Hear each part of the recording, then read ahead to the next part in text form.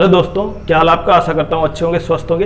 तो आज के इस वीडियो में हम आपके लिए लेके आए हैं जिनकी ज्वाइनिंग नहीं हो उनके लिए डिपार्टमेंट वाइज इंफॉर्मेशन, और खासकर वो बच्चे जो जैसे विद हेल्थ कैंडिडेट हुए 144 के 244 के आसपास, और जिसमें एएसओ सीएसएस की ज्वाइनिंग नहीं हुई कुछ 200 के आसपास बच्चे।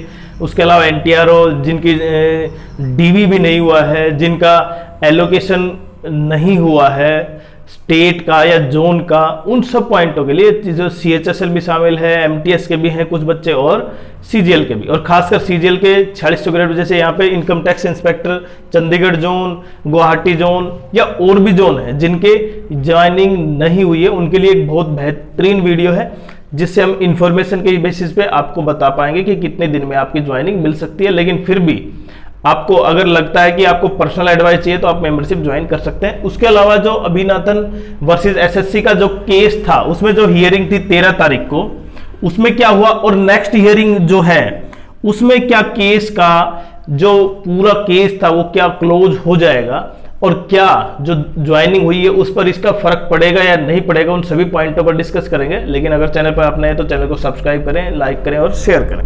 देखिए, सबसे इंपॉर्टेंट पॉइंट ये है कि पहले हम अभिनाथन वर्सेस एसएससी का जो केस जैसे ही 26 तारीख को आया था, लगा था कि हाँ जो ज्वाइनिंग है वो कहीं क्या हो सकती है, रुक सकती है। लेकिन लगातार जब हियरिंग होती गई तो उससे ऐसा कुछ प्रतीत नहीं हुआ, और एसएससी ने भी माना या माननीय कोर्ट ने भी माना कि एसएससी अभी उससे पहले भी जो कार्य करती रही थी उसके बेसिस पे ये किया है, और इसकी वजह से जिन्होंने केस किया था उनका केस अब कहीं ना कहीं हल्का पड़ता जा रहा है कि जो 9 और 10 क्वेश्चन थे जो गलत थे उसके सभी को मार्क्स दिए गए। लेकिन अब सबसे इंपॉर्टेंट ये कि 13 तारीख को क्या हुआ।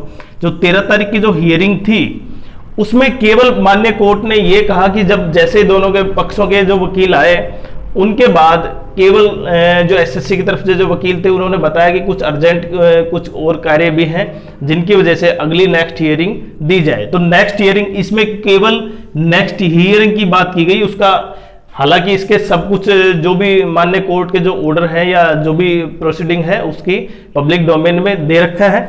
हम आपको अगर टेलीग्राम चैनल पर नहीं है तो टेलीग्राम चैनल ज्वाइन कर सकते हैं, उस पर हम इसकी पीडीएफ कॉपी प्रोवाइड करवा देंगे। बाकी आप माननीय कैट के जो ऑर्डर है उसमें भी देख सकते हैं। अब नेक्स्ट हियरिंग 20/5 को है,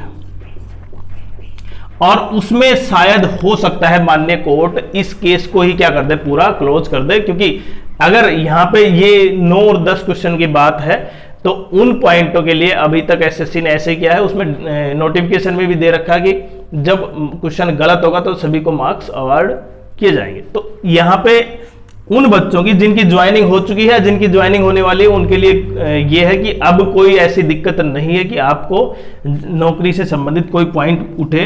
तो इसलिए हो सकता है कि 20/5/25 को माननीय कोर्ट इस केस को क्लोज ही कर दे। और दूसरी बात, अब आते हैं हम ज्वाइनिंग पर। देखिए, आईटीआई हमने बताया था कि जिनकी ज्वाइनिंग 26 अप्रैल को रोजगार मेले में नहीं थी, उसके बाद धीरे धीरे 2 से 3, 4, 5 दिन के अंदर उनकी ज्वाइनिंग लगातार आ गई थी। अब जो सीएचडी और गुवाहाटी जोन जैसे इनकम टैक्स इंस्पेक्टर के जो बचे हुए हैं उनके, देखिए यहाँ पे चंडीगढ़ जोन का लगभग 5 से 7 दिन के अंदर आपकी ज्वाइनिंग हो जाएगी। 5 से 7 दिन के अंदर अगर आपका यहाँ पे समझ पा रहे हैं कि जैसे गुवाहाटी जोन की लगभग 15 से 20 दिन लगेंगे, लेकिन चंडीगढ़ जोन में 5 से 7 मिनिमम 5 से 7 दिन के बाद आपकी ज्वाइनिंग हो जाएगी। उसके अलावा यहाँ पे जैसे पीए एसए का ज्वाइनिंग इश्यू सबसे बड़ा था क्योंकि यहाँ पे सबसे ज्यादा वैकेंसी थी, और एएसओ सीएसएस का था जिसमें कुछ 250 के आसपास 150 के आसपास बच्चे थे जिनकी ज्वाइनिंग नहीं हुई थी। उनका भी इश्यू कहीं ना कहीं 10 से 5 दिन के अंदर सोल्व हो जाएगा और उनको भी ज्वाइनिंग मिल जाएगी। क्यों? क्योंकि उनका डॉक्यूमेंटेशन से संबंधित कुछ पॉइंट है, न कि आपकी जो पूरा प्रोसेस है उसमें। केवल डॉक्यूमेंटेशन से संबंधित जो डिपार्टमेंट या मिनिस्ट्री में आपसी होते हैं उसकी वजह से।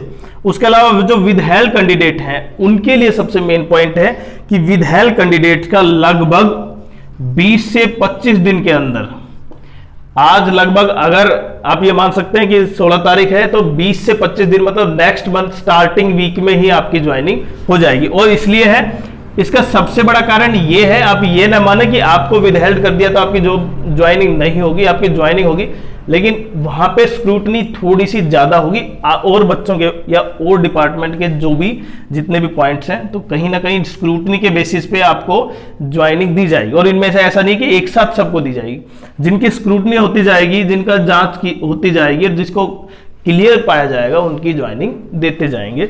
उसके अलावा यहाँ पे एनटीआरओ का, ऑडिटर का, उनकी ज्वाइनिंग देखिए कुछ डिपार्टमेंट ऐसे हैं, मैं जैसे प्रत्येक डिपार्टमेंट की बात कहूं तो यहाँ पे नहीं लिख पा रहा, लेकिन अगर आपका जो डिपार्टमेंट है आप कमेंट्स कर सकते हैं, हमको आपको जरूर उसका रिप्लाई देंगे। दूसरा, जिन डिपार्टमेंट का डीवी भी नहीं हुआ है ना, तो आप ये मान सकते हैं कि लगभग आप 20 से 25 दिन के अंदर आपका डीवी और ज्वाइनिंग दोनों हो जाएगी। तो समझ रहे हैं आप, लगभग 20 से 25 दिन में पूरा प्रोसेस कंप्लीट हो जाएगा। 2024 का जो CHSL था, चाहे CGL था, चाहे MTS था, क्योंकि उसके बाद जैसे ही 2020 से 25 दिन के बाद क्या होते हैं, दोबारा से रिक्रूटमेंट स्टार्ट हो जाती है, तो उनकी ज्वाइनिंग उससे पहले हो जाएगी। बिल्कुल क्लियर समझे आप कि 20 से 25 दिन, जिनका डीवी भी नहीं हुआ है ना, वो भी ध्यान से समझे, जिनका डीवी नहीं हुआ है और जिनका मेल नहीं आया है उनको भी, जो भी आप समझ पा रहे हैं कि दोनों में से 20 से 25 दिन में दोनों चीज क्लियर हो जाएंगे, आपकी ज्वाइनिंग भी आ जाएगी। और मैंने विदहेल्ड कैंडिडेट्स का इसलिए ज्यादा कहा क्योंकि विदहेल्ड कैंडिडेट्स के बार बार कमेंट्स आ रहे थे, तो उनके लिए मैंने बताया ना, विदहेल्ड कैंडिडेट्स का स्क्रूटनी होती जाएगी और उनको डिपार्टमेंट मिलता जाएगा, उनकी ज्वाइनिंग हो जाएगी। बाकी किसी को अपनी क्वेरी संबंधित कोई कमेंट्स करना है पर्सनल अर्जेंट, तो आप मेंबरशिप ज्वाइन कर सकते हैं।